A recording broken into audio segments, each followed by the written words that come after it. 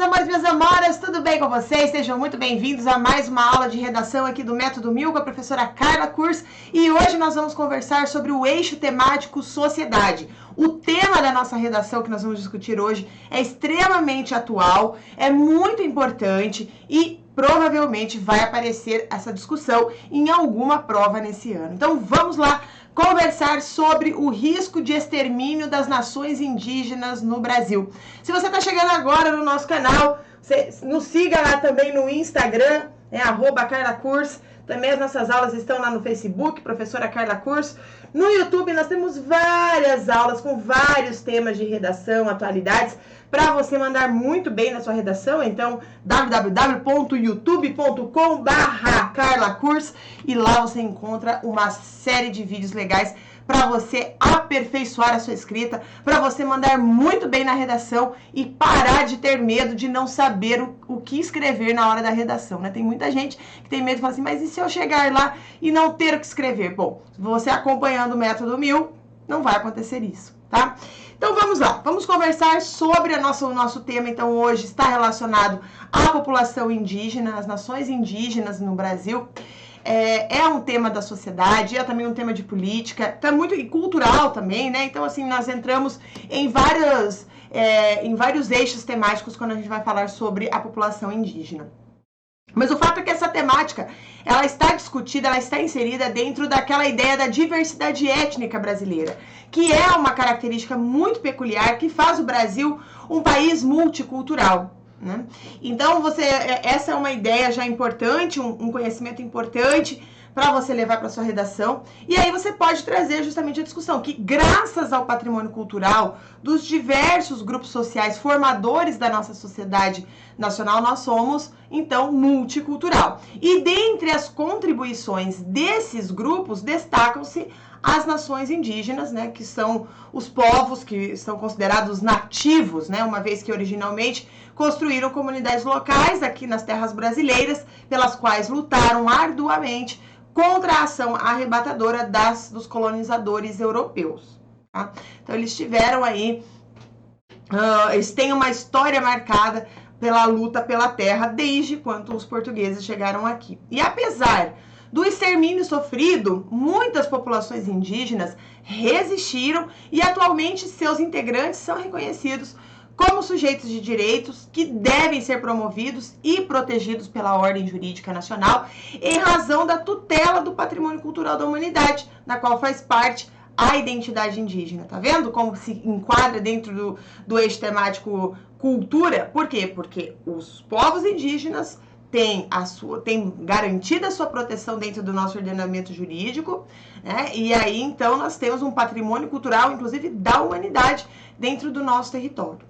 Mas aí você vai falar assim, mas prof, lá no dia da redação, né, eu vou usar a Constituição, que talvez seja o documento mais importante para escrever sobre isso, que tenha, né, mais autoridade, talvez, para escrever sobre isso. E é exatamente isso, é bem por aí. Você vai usar a Constituição para você identificar, escrever, né, desenvolver ali na sua redação, mostrando quais os direitos que essa Constituição garante aos povos indígenas. Então vamos lá, vamos aprender um pouquinho sobre a Constituição para que você tenha condições, né, para que você tenha repertório sociocultural para escrever aí sobre a população indígena na sua redação usando a Constituição. Então vamos lá. A Constituição, a Constituição que nós usamos hoje, ela foi promulgada em 1988. Então é a Constituição de 1988. Essa Constituição trouxe mudanças expressivas na política indigenista no Estado brasileiro. Então, a política indigenista, na verdade, no Brasil, ela foi instituída lá em 1910, com a criação, isso mesmo, 1910, né? Com a criação do Serviço de Proteção aos Índios e a localização dos Trabalhadores Nacionais, que depois passou a ser chamado de SPI, Serviço de Proteção aos Índios, isso 8 anos depois, em 1918. Então, a política indigenista adotada pelo Estado à época buscava integrar os povos indígenas na sociedade brasileira e os obrigava, de certa forma, a abandonar as suas culturas e os seus costumes. Então, fazia-se isso por vezes, mas como que se torna, né, obrigatório o indígena abandonar sua cultura, seus costumes? Bom, veja só. À época, era obrigatório, né, o português nas escolas dos indígenas, né? Então, o indígena ele tinha que aprender necessariamente português. Ele aprendia a se comunicar, a se expressar, tudo em português, né? Então, era oficial. A escola oficial, o idioma oficial das escolas indígenas era o português, né? E também tinha a obrigatoriedade de uma educação aos moldes nacionais, né? E pela negação da diversidade cultural dessa população. Então, nós tínhamos essa característica. E o que mudou em 1988? Eu fiz aqui um resumo para você de alguns pontos, alguns aspectos. Então, olha só, a partir de 1988, por conta da pressão dos movimentos indígenas, o Estado passa claramente a defender os direitos desses povos, abrindo espaço para a educação diferenciada, ou seja, para eles, né, conversando, dialogando com a cultura deles, e para o respeito às suas tradições, organizações e culturas. Então, efetivamente, a Constituição de 1988 é a Constituição que vai te dar um norte para fazer as discussões sobre a população indígena, independente do tema específico que venha a tratar a população indígena. Então, assim, na Constituição de 1988 é conferido o direito à educação escolar dos indígenas, que concede um destaque especial, né, aos métodos próprios de aprendizagem e também ao uso da sua língua materna, né? Então, tendo em vista esse objetivo, o que o MEC fez? Né? O MEC elaborou em 1994, né, o Ministério da Educação, né, o MEC, elaborou lá em 1994 as diretrizes para a Política Nacional de Educação Escolar Indígena, que serviu de base para o norteamento de normas específicas para a oferta de uma educação diferenciada entre os povos brasileiros, né, as nações indígenas. E assim, então, na trilha do preceito constitucional, obviamente, né, então aqui você pode usar uma forma, né, de você expressar na sua redação. Então, assim, usando o conectivo, na trilha do preceito constitucional, a Lei de Diretrizes e Bases da Educação Nacional traduz aquele mandamento nos seguintes termos, né? O artigo 78, ó, o sistema, isso aqui é do MEC, tá? O Sistema de Ensino da União, com a elaboração das agências federais de fomento à cultura e assistência aos índios, desenvolverá programas integrantes de ensino e pesquisa para a oferta da educação bilíngue intercultural dos povos, né, indígenas. Tá vendo? Então aí você já tem aí muitas ferramentas. Mas, se não for especificamente educação, se for algum outro assunto, você vai trabalhar com o artigo 231 e o artigo 232. Então, o artigo 231 diz o seguinte, ó: são reconhecidos aos índios a sua organização social, costumes, línguas, crenças e tradições e os direitos originários sobre as terras que tradicionalmente ocupam, competindo à União demarcá-las, proteger e fazer respeitar todos os seus bens. Então, na Constituição, existem esses dois artigos também, né, que tratam dos direitos indígenas. Então, esse artigo 231 que eu acabei de ler para você, evidencia a preocupação do Estado em romper com a política integracionista, né, que era vigente até 1988, ao afirmar a necessidade de se respeitar a organização social, as crenças e as tradições desses povos. Ou seja, os indígenas passaram a ter direitos sobre a sua identidade, o seu modo de viver e sobre as terras que tradicionalmente ocupam, como diz o artigo 231. Tá vendo? Um ótimo artigo para você trabalhar na sua redação. Essa questão de romper, olha, eles são, né, preciso de uma política especial para eles. Mas não apenas isso. Lá no artigo 232, nós temos aqui, olha, os índios, as suas comunidades e suas organizações são partes legítimas para ingressar em juízo em defesa de seus direitos e interesses e intervir no Ministério Público em todos os atos do processo, né?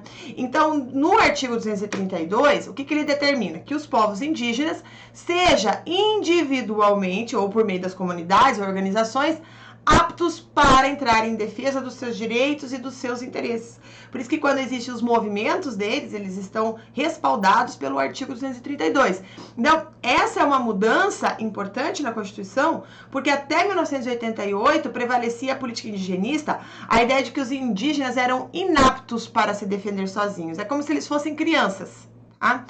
Então, essa é uma contextualização muito interessante de você fazer, inclusive na introdução da sua redação, né? Mostrar que, antes de 1988, os indígenas eram considerados inaptos para se defender sozinhos, né? E que por isso era, inclusive, necessária uma tutela do órgão indigenista, né? Eles eram vistos aí, isso sem distinção de idades, tá? Sem distinção de idade, como menores, tá? Como menores. E essa prática tutelar, ela foi extinta em 1988, que garantiu aí os direitos que nós acabamos de ler no artigo 232 da Constituição. Tá? Bom, mas o nosso tema de hoje, né, o nosso tema especificamente de hoje, veio para a gente está para falar aqui sobre o risco de extermínio das nações indígenas no Brasil. E você saberia identificar alguma nação indígena que tem risco de extermínio, de desaparecimento? Pois se não, eu separei aqui para você algumas delas. Então nós temos aqui o Avá Canoeiro, que eles estão localizados entre o Tocantins e Goiás, estão reduzidos a 5 pessoas. Depois o Canoê, que com sua terra situada no estado de Rondônia, conta com apenas 3 sobreviventes. Tá? Então quando eu estou falando em desaparecimento, é isso aqui, ó, esses números aqui. Depois, a Cantsu, a nação que fica em Rondônia, tem apenas 6 remanescentes. Piripicura, né? Restam 2 indivíduos do povo que tem sua terra indígena no estado do Mato Grosso, e Índio do Buraco, que é uma etnia desconhecida. Este homem é o último sobrevivente de um povo. Ele vive sozinho há 22 anos dentro da terra indígena Tanaru, no oeste de Rondônia. Menos, né? A gente vê aqui que são menos de 10 pessoas dentro de uma composição de nação indígena, né? Então existem, e você vai mostrar, né? Lembre de um, se você conseguir aí, para falar, olha, existem exemplos de povos indígenas que estão reduzidos a poucos indivíduos no país, né? E isso é um dado bastante importante. Com relação também à população indígena, o Brasil é o país com mais povos isolados, tá? Nós temos aproximadamente 100 grupos nessa condição, e um relatório do CIMI, que é o Conselho Indigenista Missionário de 2018, contabilizou 113 registros de povos ameaçados. Normalmente, quando se fala da população indígena, das nações indígenas no Brasil, ou em outras partes do mundo também, utiliza-se 2 termos bem comuns, assim, né, para falar sobre esses grupos, que são o genocídio e o etnocídio. Então, a aplicação do termo genocídio, cuidado, tá? Porque ele depende das condições históricas, das circunstâncias históricas em que um povo desaparece. No entanto, no caso dos povos indígenas brasileiros, né, nós tivemos o termo, o termo sempre foi adequado quando se analisa os muitos motivos que levaram à sua extinção. Então, inclusive, a gente pode lembrar lá das guerras justas da época colonial, que autorizava ali a coroa de portuguesa autorizava essas guerras justas sob a alegação de legítima defesa contra os povos indígenas. E a aniquilação por doenças, inicialmente acidental, né, se tornaria depois um método consciente de se livrar de indígenas, tá? Então, inicialmente não era por querer, né? Depois foi sem querer querendo, né? Que nem diz o Chaves, e agora, então, né, por querer, né? Com premeditado ali. Então, o colonizador, ele percebeu que a população indígena era efetivamente muito frágil, então houveram muitas epidemias provocadas. Mesmo no século XX, houve episódios em que roupas contaminadas de tuberculose eram deixadas na mata, né? E os indígenas não tinham remédio contra isso, tá? Bom, e aí... agora, né, a gente pensando na pandemia atual, né, a gente pensando assim, olha, o extermínio. Então, nós já temos alguns povos, que eu acabei de ler, que são pouquíssimas pessoas, mas esses são exemplos mínimos, mas nós temos outras populações que talvez agora, né, sofra ainda mais com a questão da pandemia da Covid-19, né? Então, assim, de forma geral, as pandemias, né, elas contribuíram para a continuidade de um processo genocida, porque não houve uma política sanitária de contenção à doença nos territórios indígenas, e o Ministério do Meio Ambiente atribuiu a tal porteira e a boiada, né, que entrou aí com madeireiros, garimpeiros. Então, assim, desde o período colonial até o momento em que eu gravo essa aula, nós podemos falar que esse processo genocida permanece, cada momento com uma característica diferente, né? Então, assim, toda vez que isso acontece de forma descontrolada, ou seja, as terras indígenas são invadidas, né, normalmente a epidemia chega para aquela população, tá? Segundo os dados da APID, né, que foram atualizados no dia 15 de março de 2021, o total de indígenas mortos por Covid-19, tá, era de 1.006, né, no dia 15 de março, com 50.545 casos de infecção, né? Então, aqui a CIP nos dá os números, né? Então, ela coloca plataforma de monitoramento da situação indígena na pandemia do novo coronavírus, acompanhamento, enfim, né? E fala que ó, a falta de desagregação dos dados dificulta o reconhecimento das regiões e dos povos mais afetados. Outro problema grave é a ausência de dados sobre indígenas que vivem fora das terras indígenas homologadas, o que inclui tanto citatinos como populações que aguardam a finalização ao longo processo de demarcação de terras. E aqui então estão os dados que eu estava falando aqui para você, da APID. Olha, né, os números confirmados, né, então são mais de 50.545, 1.006 mortes, 163 povos afetados, né? Esses são os números mais recentes que nós temos aí da população indígena. Na sua prova, na sua redação, você pode citar a frase do antropólogo francês Pierre Clastres, em Arqueologia da Violência, fez essa frase em 1980, e o trabalho dele é considerado um clássico sobre o tema. Então, você pode colocar na sua redação, conforme o clássico, tá, né? Então, ó, o etnocídio é a destruição sistemática de modos de vida e de pensamento diferentes daqueles que conduzem a empresa da destruição. Então, é isso que o antropólogo fala, né? Que a perda das diversidades culturais e dos conhecimentos que esses povos elaboraram ao longo dos séculos, enfim, dos milênios, são incalculáveis, né? Porém, né? E assim, para além dessa perda de conhecimento botânico, medicinal, técnico em geral, extingue-se a oportunidade de diálogo entre as diferentes concepções de mundo. Então, é a cultura também, né? Bom, se você ainda não escreveu sobre, né, nenhuma redação sobre a questão da população indígena no Brasil, aqui vai uma oportunidade para você escrever sobre esse assunto que pode sim cair na sua prova, né? E aí você, montando a sua redação, você pode começar dizendo que, de acordo com a Constituição Federal de 1988, é direito do cidadão a preservação cultural e segurança social. Mas aí você pode contrapor, falando, olha, entretanto, o cenário de dificuldade em conceder a valorização à população indígena impede que isso aconteça, não só pela falta de reconhecimento desse grupo, né, pelo Estado, mas também pela discriminação social devido à diferença cultural. Eles têm um modo de vida diferente do nosso. Então, dessa forma, né, evidencia a necessidade do quê? De serem tomadas atitudes por parte das autoridades competentes para reverter essa problemática que afeta esse grupo tão importante aí para a construção histórica nacional. E eu quero mostrar para você, então assim você começa a sua redação. Fala que tem o direito, fala que esse direito não está sendo reconhecido e isso faz com que torne-se um problema a vida dessa população. E eu vou te mostrar aqui para você escrever o seu segundo parágrafo, né? Ou seja, o seu primeiro parágrafo de argumento. Aqui um dado do Conselho Indigenista Missionário do dia 29/9/2020. Em 2019, terras indígenas foram invadidas de modo ostensivo de norte a sul do Brasil. E o G1 também publicou no dia 24/9/2019, ou seja, um ano antes, o número de assassinatos de indígenas cresce 20% no Brasil em 2018, aponta o relatório do CIMI. Então foram registrados 135 casos de homicídios contra os indígenas em 2018, 25 a mais que no ano anterior.